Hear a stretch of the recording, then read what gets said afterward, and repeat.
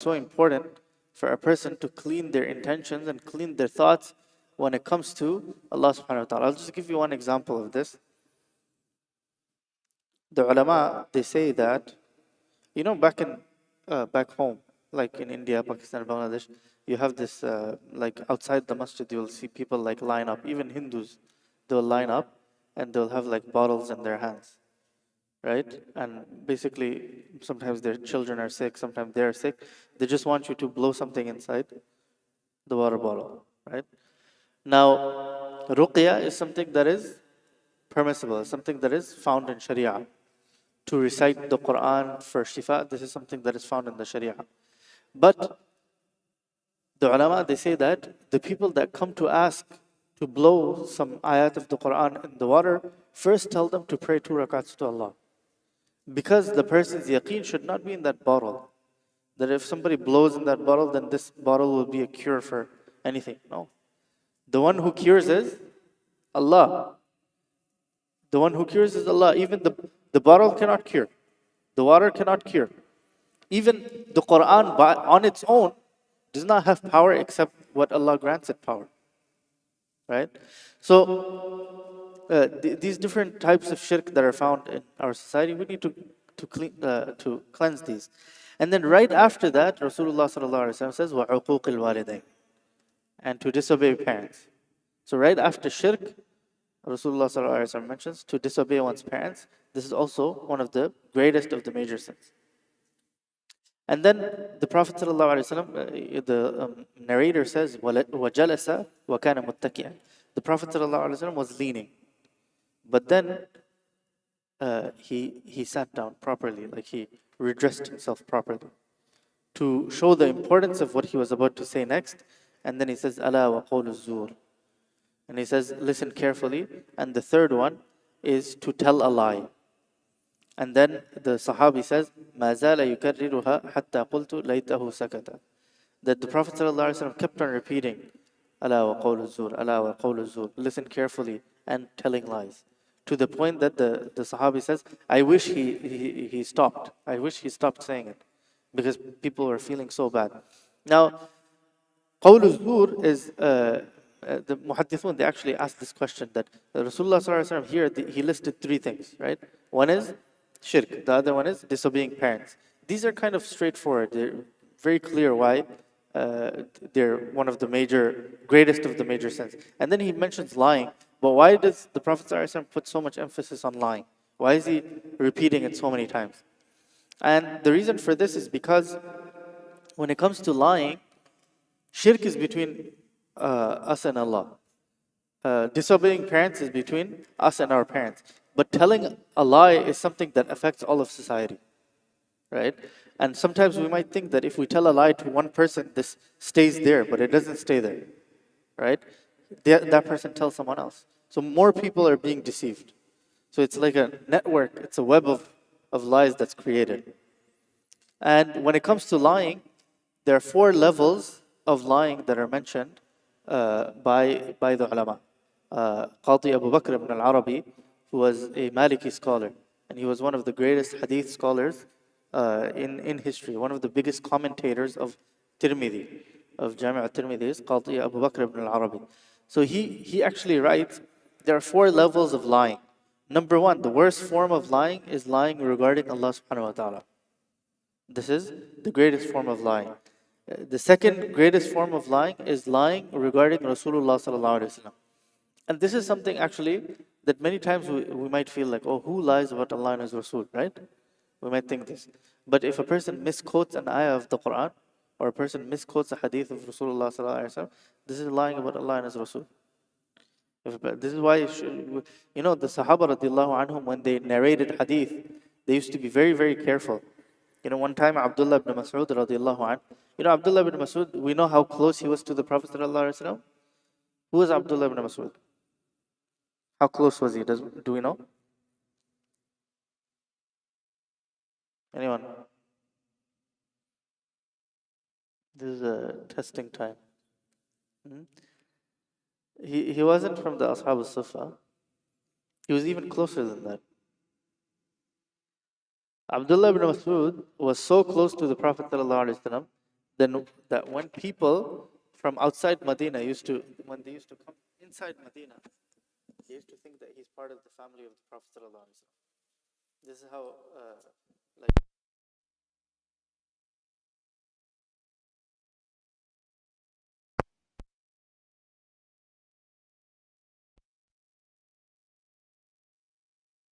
used to carry.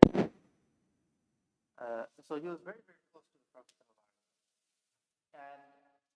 Uh, and Abdullah ibn Masud, why am I mentioning his name? What's the context? About the line. About me? About the line. About the line. Yeah, one time he was narrating a hadith, and he said, قال رسول الله صلى الله عليه وسلم, and he started to say the hadith, then he just stopped. All of a sudden he stopped, and froze, and his face became red, and he started to shake, and he started to cry, and he said, "Oh, kama qala alayhi salatu wassalam." It's possible that the Prophet said something like this, because he had a little bit of doubt. Did the Prophet say exactly these words, or maybe something similar, right? But he got so afraid that he completely froze. He started to shake. He started to cry, and his face became red. So many of us, we quote hadith, and sometimes it's wrong. It's plain wrong, or we will mispronounce the words of the hadith. In those cases, it's actually better for us. It's actually better for us to just say that the Prophet ﷺ said something similar to this, and just quote the translation. Just quote the translation. If we're unsure about how it is mentioned in Arabic, then we shouldn't risk it. Because the second we say قال رسول الله صلى الله عليه وسلم, then we are being representatives of what the Prophet ﷺ said exactly. So this is something to be careful about. So that's the second level of lying. Right? First was lying about Allah. Number two was lying about Rasulullah sallallahu alaihi wasallam. Number three is lying in general about the ummah, not about any particular individual. Number four is to lie about an individual. Right? So these are four levels of lying.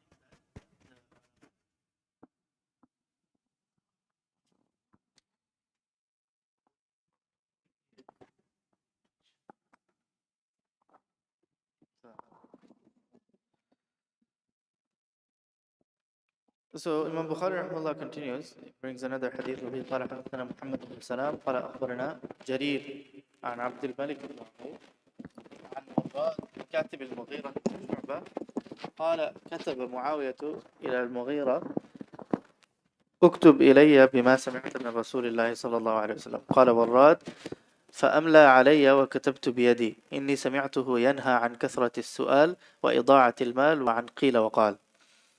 So this hadith is narrated, actually the teacher of Imam Bukhari here, his name is Muhammad bin Salam al-Bikandi.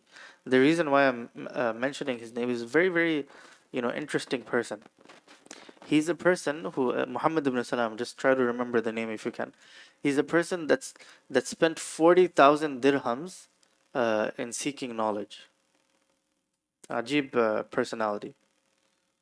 And there are many, many, many things about him. Very, very ajib person.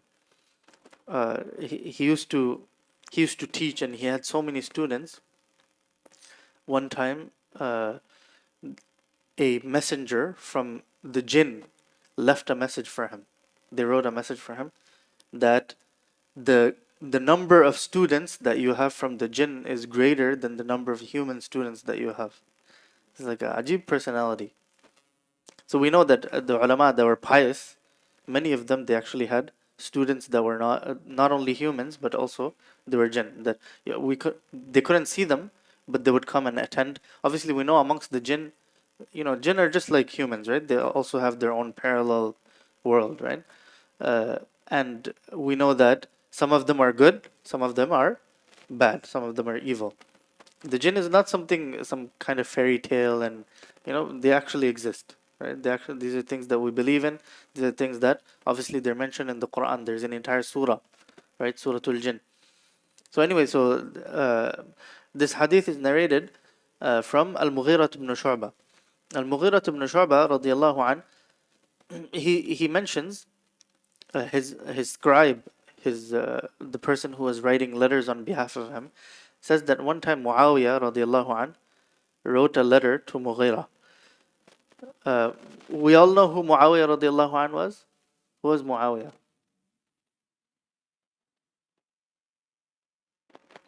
Does anyone know? Muawiyah. Okay, who are the Khulafa al-Rashidun?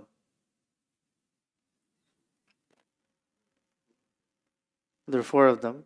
The first one was Abu Bakr as-Siddiq radiallahu anh. Number two, let's have different people answer. Number two was Umar radiallahu anh. Number three, Uthman radiallahu anh.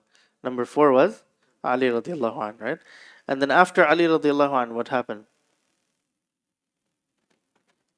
Actually, during the time of Ali radiallahu anh, there was already some division taking place, right?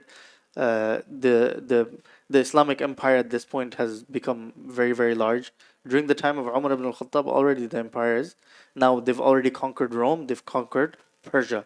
This is the time of Umar radiallahu anh. Then Uthman radiallahu anh comes, and what happens is, he is assassinated, he's murdered, right? And Ali radiallahu anh, he doesn't want to create fitna in Madinatul Munawwara, so he does not seek revenge on behalf of Uthman radiallahu anh. And so because of that, in Syria, in Damascus, in Sham, Muawiyah radiallahu anh and his armies, they became very big, but they were upset. They were upset that why did Ali radiallahu anh not take revenge on behalf of Uthman radiallahu anh. Uthman radiallahu anh was murdered, he was assassinated, so they should seek revenge for him. But Ali radiallahu anh did not want to create any fitna. He didn't want to increase the bloodshed. So anyway, because of that, there was a little bit of, disagreement between them. And then what happened is, after Ali radiallahu anh, he was assassinated, his son Hassan radiallahu anh became the Khalifa. But he only stayed Khalifa for a very short time, and he came to an agreement with Muawiyah that we want the Ummah to be in one place, so then Muawiyah should be the Khalifa. Right? And so then the Khilafah was shifted to Damascus. So Muawiyah radiallahu anh was Amirul Mu'mineen at that time. So he, this is also one lesson for us to learn. Nowadays, if you have political leaders, especially in our Desi context, the more power a person has, the less they want to take other people's advice, right?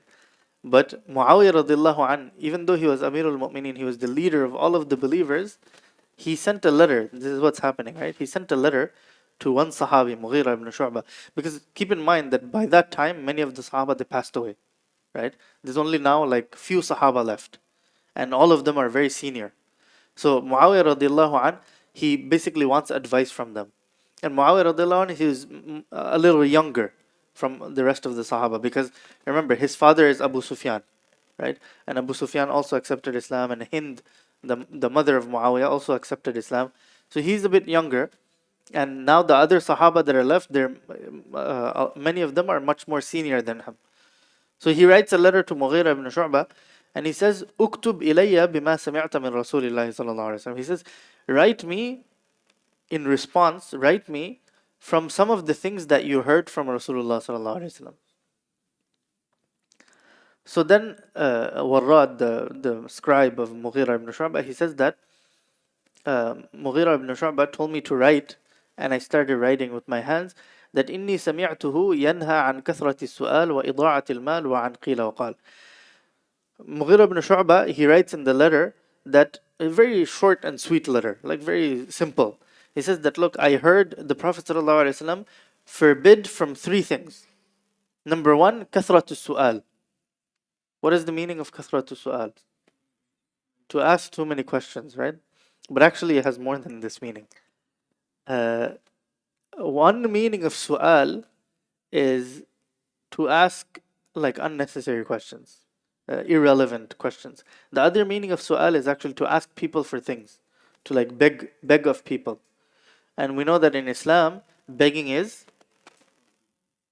haram, forbidden, right? Does anyone know what is the punishment of begging? Because look, at the end of the day, who are we supposed to beg from? Only Allah. A mu'min is powerful. A mu'min relies on Allah. A mu'min's relationship is directly with Allah subhanahu wa ta'ala. A mu'min does not kneel down and beg from others. I'll just give you one ajib example of this in fiqh. There's one mas'ala in fiqh. The mas'ala is like this. If you're traveling and you don't have water, what are you supposed to do? If there's no water within 1 mile radius, what do you do?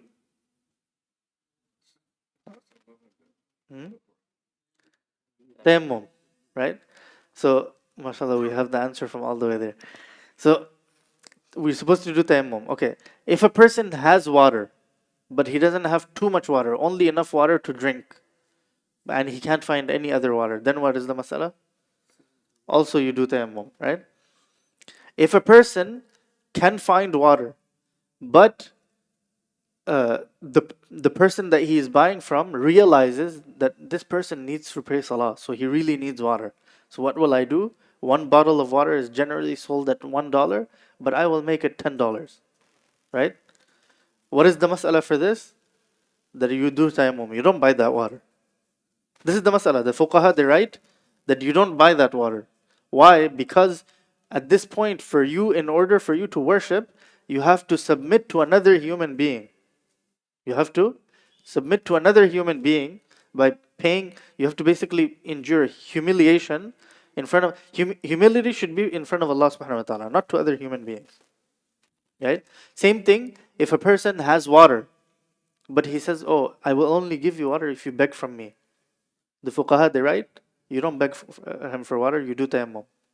Right? We understand these two masalas. So, the relationship between a believer and Allah is that he only bows down in front of Allah, nobody else. So this is why begging is haram. So this is why the Prophet ﷺ, in one hadith, he mentions that the person who begs from people, on the day of judgment, he will be resurrected and he will not have any flesh on his face. It will only be bare bones, nothing else.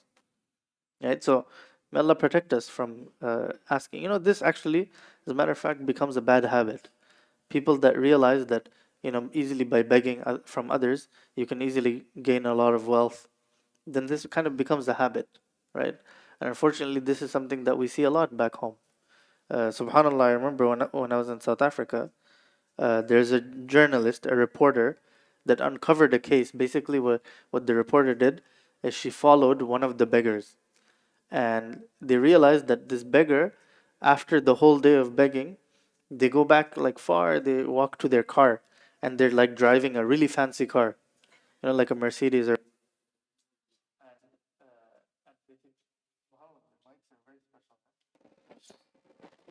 Okay. So the journal explaining that this person is not actually poor, but what they realize is that you don't need a degree to beg, and you don't need like very hard work to beg. You just have to sit there and beg, right? So this basically becomes a whole form of business, and also I don't know, many of you might have watched, maybe not. You shouldn't watch movies, but Slumdog Millionaire, right? It's a very famous film that was produced. It was basically in India. It basically uncovers this entire scheme of it's like a company, a whole corporation. What they will do is they will kidnap kids, and like they will make them blind, like they'll poke their eye or make them blind, and tell them, okay, go sit and start begging. Money you make. So they have these entire like syndicates of begging, right? This entire like kind of system. Uh, I don't know what's happening with this. So so basically, people realize that begging is become this like easy way of making money, right? But Rasulullah sallallahu alaihi wasallam actually told us the punishment that a person who begs on the day of judgment, he will be resurrected and there will be no flesh on his face, right? So he will look humiliated like that. So this is one meaning of su'al, is to ask other people or to beg from other people. The other meaning of su'al that we mentioned is to ask unnecessary questions. This is also mentioned in the Quran. Allah subhanahu wa ta'ala, He tells the Sahaba radiallahu anhu, يَا أَيُّهَا الَّذِينَ آمَنُوا لَا تَسْأَلُوا عَنْ أَشْيَاءَ إِن تُبْدَ لَكُمْ تَسُؤْكُمْ. That, O you who believe, do not ask questions that if the answers are uncovered for you, this will hurt you. That you don't need to, you don't want to ask too many questions. Just the example that we know from Banu Israel, right? We know the very famous incident, right? In Surah Al-Baqarah, right? What happened? One person was murdered in Banu Israel. They were murdered, so they all came to Musa alayhi salam. That, oh Musa, tell us, what should we do? We want to find out who the murderer is. So then Musa alayhi salam, he had communication between him and Allah subhanahu wa ta'ala said, tell the people to slaughter a cow. What did they do? They said, what kind of cow? Mahi, right? So then Allah subhanahu wa ta'ala said, oh, this is the description, you must slaughter this cow. So they said, oh, okay, because basically they were trying to be smart with Musa alayhi salam. Their logic was like this, that we asked you for an answer about who the murderer is, and in response you're coming and telling us to slaughter a cow. What is the relationship between the slaughter of a cow and the murder? There's no relationship. So they're trying to apply logic with Musa alayhi salam, but this is not the nature of our relationship with Allah subhanahu wa ta'ala, right? For our relationship with Allah is sami'na wa ata'na. Allah tells us, do X, so you do X and Allah will give you the solution. Right? Technically, if you think about it, you standing up and tying your hands and reciting something and then going to ruku' and then Sami Allahu liman hamida, sujood, and so on and so forth, this has nothing to do with rain. Right? This has nothing to do with your job. Yet we still believe that this is our way of asking Allah subhanahu wa ta'ala, and He gives us the job, and He gives us a family, and He gives us good things, right? So anyway, they started to mock Musa alayhi salam. So they asked, oh, what kind of cow? And then what color is the cow? Then again, what kind of cow? And then Allah subhanahu wa ta'ala gave such a very specific definition that in the entire of Banu Israel, there was only one cow like that. And when they went and tried to buy it, the person didn't want to sell it. They said that I will only sell it if you give me the weight of this cow in gold. So they had to find this much gold that was the weight of the cow, and then they had to give it to the person, and then they got the cow, they slaughtered it, and Allah subhanahu wa ta'ala revealed basically who the murderer was. But anyway, the point is, you shouldn't ask unnecessary questions. However, I'll just mention this, that it's good to ask questions. If you have a sincere question, then you should ask. In Islam, there's no such thing as don't ask questions. This thing does not exist, right? As a matter of fact, it's in the Quran. Allah is commanding us, فَاسْأَلُوا أَهْلَ الذِّكْرِ إِن كُنْتُمْ لَا تَعْلَمُونَ. That if you don't know, then ask the people of knowledge. So sometimes, people will, or sometimes children even, they will seek clarification about something about the deen. They will say, oh, beta, don't ask too many questions about Islam. No, this is not right. If we don't know the answer, then we should refer to someone who knows the answer. We should refer to the imam or the scholar. Because in Islam, there's nothing that cannot be explained. It's not a single thing. And Islam is the most coherent, it's the most simple religion for anyone to understand. It's the deen of the fitrah. A person's innate nature, human nature, resonates with Islam. Only if a person's fitrah is corrupt, then only they won't be able to relate with Islam. But anyone, whether they're white or they're brown or black or they're from China, anywhere, you take a random person from a forest and you present to them Christianity, Judaism, Islam, and Buddhism, Hinduism, Islam will make the most sense. Right? And many people that have done investigation in comparative religion, they have this experience. I have many friends that I know. One of my friends was telling me, basically this guy, subhanAllah, he used to be Hindu. He was born to Hindu parents, and then his parents got divorced, and he was sent to foster homes. Then he became Christian. He went under the care of a priest. And then from there, he explored more religions, and finally he accepted Islam. He said, Islam is the one that makes the most sense to me. Right? So anyone who explores the different religions, they'll see that this is the simplest and the most coherent and the most logical, religion that there is. So you should ask questions. If you have questions about the deen, you should ask questions. If our children or our relatives or anybody has questions about the deen, we never ever tell them that, Beta, don't ask questions about the deen. No, of course you should ask questions about the deen. If you don't ask questions about the deen, what else would you ask about? This is what we should be learning about, right? We should always increase our ilm when it comes to the deen. So then what is this hadith talking about? An kathrati su'al. This is hypothetical questions that are not relevant to us. Like, sometimes a person, basically just for the sake of argumentation, they'll say, oh, but what if this happens? But what if that happens? But what if that happens? Right? Like scenarios that are not actually happening to them in their life. So they're asking hypothetical questions. And sometimes a person, we call this fatwa shopping. A person tailors the question in a way that please just tell me that it's permissible. Right? And exactly. So, and if a person does not get it from one mufti, you go to the next mufti. You go to the next mufti. Maybe that person will say, "Acha chalo, this is okay for you." Right? This is called fatwa shopping. This is also kathratu su'al, that a person is asking unnecessarily too many questions, not with the intention of receiving the right answer, but because they want to receive their flavor of right answer. Right? So this is also kathratu su'al. This is the first thing. The Mughira ibn Shu'bah, he gives the advice that the Prophet ﷺ forbade from kathrat al-su'al. Number two, وَإِضَاعَةِ الْمَالِ, and to waste one's wealth. This is an interesting concept because in the Western world, we think about the ethics of earning, but we don't think about the ethics of spending. The idea is basically that as long as you earn ethically, like you pay your taxes, you declare your income, and so on and so forth, then you can do whatever you want with your money. If you want, you go on a shopping spree, you buy whatever you want, right? If you want, you give it away to people. If you want, you burn it. No problem. The police will never come after you. IRS will never bother you about this, right? They'll bother you if you don't declare some tax, right? Some amount in tax.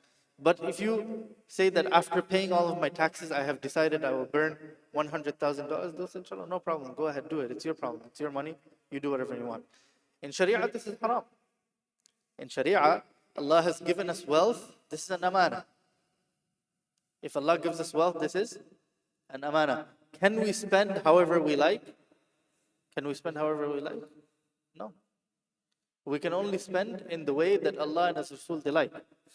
So, ida'at al-mal actually refers to not only wasting wealth in the sense that we're buying things that are not needed for us, but also spending in avenues that Allah would not like for us to spend.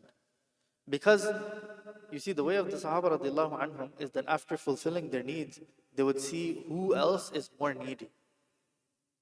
Unfortunately, today we have the luxury of thinking about, okay, I have this one car, maybe I need a second car, maybe I need a third car for the family. While we are also aware that there are people, our own brothers and sisters in Islam, that are, starving of hunger. There are people that don't have access to water. There are people that don't have adequate access to healthcare. And this is happening all over the Muslim world, right? It's happening in Gaza, it's happening in Afghanistan, it's happening in Burma, it's happening in many, many places of the world where our millions and millions in Yemen, right? Millions of our own brothers and sisters in Islam are suffering. So the Sahaba radiallahu anhum, after fulfilling their needs, and actually many times even before fulfilling their needs, they used to look at their brothers in Islam that, what does this person need? This is just, I'm not making us feel bad or anything, but it's just something for us to think about. That when I have wealth, then I have to think about that after helping myself, who else can I help? This is the mentality of a believer, right? After helping myself, who else can I help? And number three, وَعَنْ قِيلَ وَقَالُ. We'll end with this. The third thing that Rasulullah sallallahu alaihi wasallam forbade people from is قِيلَ وَقَالَ. Does anyone know what this means? قِيلَ وَقَالَ. This is also an Urdu word as well. قِيلَ وَقَالَ. Huh? No. Qila wa qal is basically, qila means it was said, qala means he said. Right? Telltale, basically. That, this person said this, that person said this. This is also dangerous for two reasons. One is that many times this falls under ghiba, right? That what happens is that we're usually talking about someone. That, oh, that person said that, oh, this person did this, or that person